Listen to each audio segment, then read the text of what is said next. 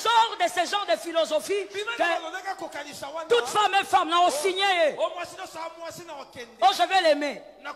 Mon frère, tu es une petite casserole. Le couvercle que tu cherches est trop gros pour toi.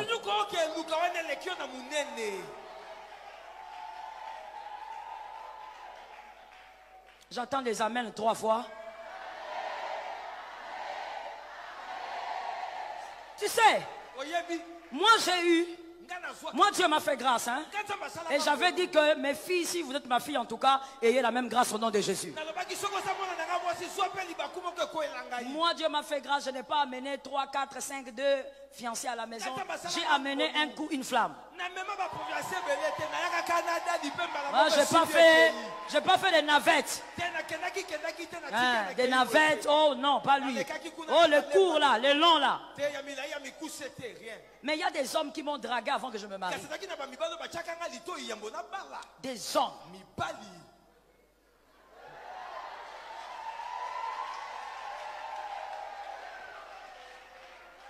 On appelle ça des kaoudjoudjé. Ça veut dire des vrais hommes. Tu vois quelqu'un qui vient. Tu vois que oui, extérieurement parlant correct. Tu dis oui, ça ce sont mes goûts. Maintenant tu lui dis, frère, tu fais quoi? Maintenant écoute ce qu'il va te raconter. Donc, il te parle comme s'il parle le mandarin, comme s'il parle... Tu regardes. Tu lui poses la question, qu'est-ce que tu penses de la vie, dans la vie?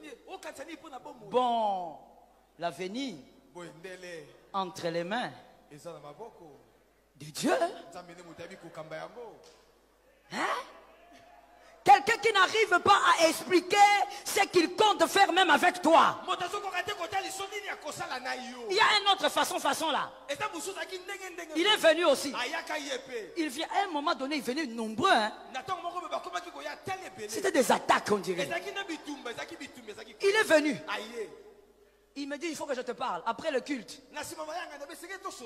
Moi, j'ai dirigé. Après le culte, j'avais réunion avec les choristes, avec aussi les départements des filles que j'ai dirigés.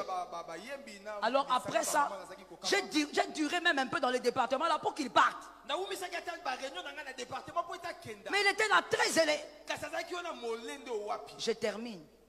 Et puis je lui dis, oui, vous avez quelque chose à me dire? Oui, oui. Moi, toi, enfant. Ah! Hein? Moi, toi. Répète ça encore. Toi, moi, enfant. Je lui dis, tu as dit quoi? Bon. Il y a trop de choses à dire. J'ai regardé seulement les ciels. J'ai dit merci Seigneur de me délivrer de cet homme façon. Ça veut dire quelqu'un qui est là mais qui est incapable même d'expliquer ce qu'il veut faire de toi. Lui quand il te voit, il voit une machine à reproduction pour enfants. Ah. Et même je vais te dire quelque chose hein. J'avais dit que les enfants sortent, non? Même quand il parle là, il est en train de te regarder.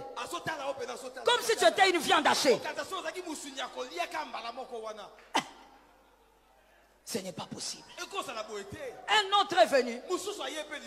Oh, moi, quand je suis au culte, quand tu es en train de diriger la musique, moi, je ne peux pas adorer. Hey, tu es un obsédé sexuel. Tu es dangereux. Vous voyez que bien aimé, je peux aller d'exemple en exemple. Toute femme n'est pas pour tout homme. Chaque homme a sa femme. Chaque femme a son homme.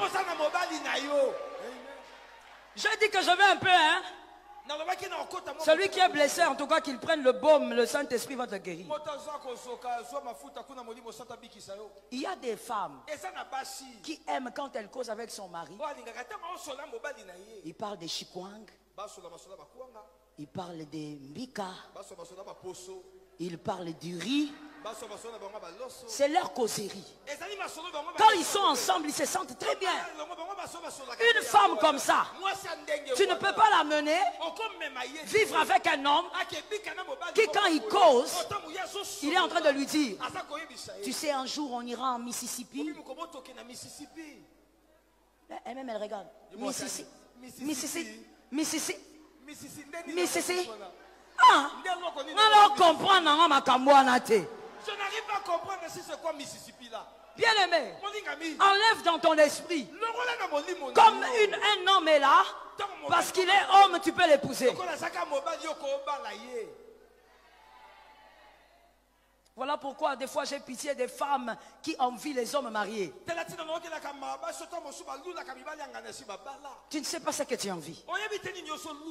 Tu es en train d'envier quelqu'un qui a déjà été façonné.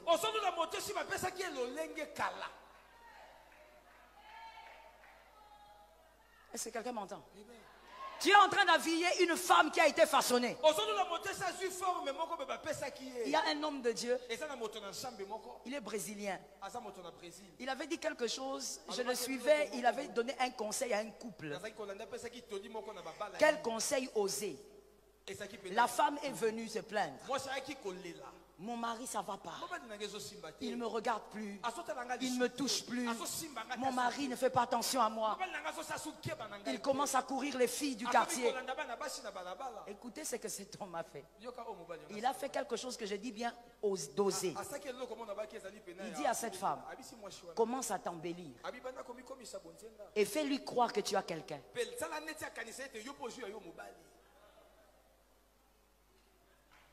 La femme a commencé à s'embellir. La femme, elle a commencé, quand elle finit le matin, elle dit à son mari, je sors. Tu sors? Habillé comme ça. Tu vas où? Non, non, j'ai un rendez-vous important, je viendrai t'expliquer. Et quand elle revient, son mari dit, tu viens d'où? Non, j'avais un rendez-vous. Écoute, je suis fatigué, on va parler demain. Or, quand la femme sortait, elle allait dans sa famille. Elle a fait ça pendant 3 jours. Cet homme-là, quand elle est partie, elle est sortie, elle est revenue. Ce jour-là, il était 18 h. L'homme était à la maison. La femme lui a dit, oh, tu n'es pas sorti, chérie? Sortir, chérie, comment? On part d'abord dans la chambre là-bas, on va causer. On va causer. On part. Il s'est mis sur la chaise. Il regarde sa femme. Sa femme lui dit, il y a un problème. Tu vas te mettre comme ça à me regarder? Mais il dit, mais tu es ma femme. Il faut que je te regarde. Et puis tu es belle aujourd'hui. Hein? La nature de l'être humain, c'est toujours de désirer ce qu'un autre a façonné. Que ça soit un homme ou une femme, c'est ça l'humain. L'humain va toujours admirer ce qu'une autre femme a déjà travaillé. L'humain va admirer ce qu'un autre homme a déjà façonné. Mais toi aussi tu es capable de façonner à ta manière. Ça tombe sur toi. Laisse-moi aller finir. L'individualisme n'est pas prompt à résoudre des problèmes. Il est orgueilleux. Comme il a toujours raison, il attend qu'on vienne vers lui. L'individualiste pense que tout ce qui ne marche pas, c'est la faute des autres, ce n'est pas sa faute. Ce n'est jamais de sa faute. Et vous allez les écouter dire, si dans cette maison on m'écoutait, tout ça n'allait pas arriver. Il pense qu'il faut simplement que les autres aient tort, mais lui n'a jamais tort. L'individualiste est le premier à constater le mal. Il est le premier. Mais évidemment, il ne donne aucune solution. Écoutez, lorsque vous constatez un problème et que vous ne donnez pas de solution, vous-même, vous devenez un problème. Des fois, on voit ça aussi dans l'église locale.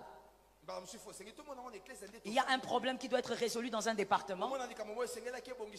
Mais vous voyez le responsable dire, Daddy, ça ne marche pas. J'ai tout fait. Il y a tel problème, tel problème, tel problème. Ils sont indisciplinés. C'est que vous-même aussi, vous êtes un problème. Lorsque vous constatez un problème, ayez même une partie de la solution. Que cela tombe sur toi.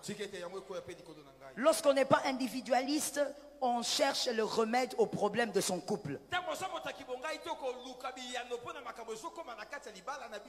Un enfant bâti, je parle du couple, un enfant c'est-à-dire immature, un enfant bâti par émotion et détruit par pulsion.